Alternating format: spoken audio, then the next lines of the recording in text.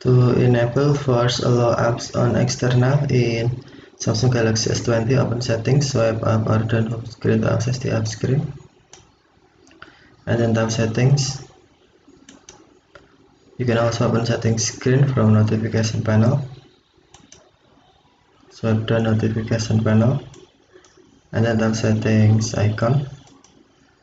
Scroll down settings screen, find developer options, and then tap developer options. Scroll down developer options screen, find force allow apps on external.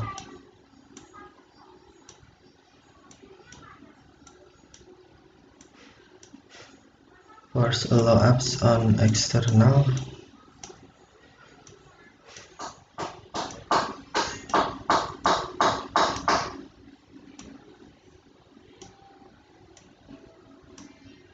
And then to enable force allow apps on external, tap switch until blue, or to disable, tap switch until white.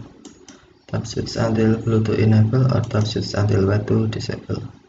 If you enable force allow apps on external, system will be mixed any apps eligible to be written to external storage regardless of manifest values. Okay, thank you for watching. Have a nice day.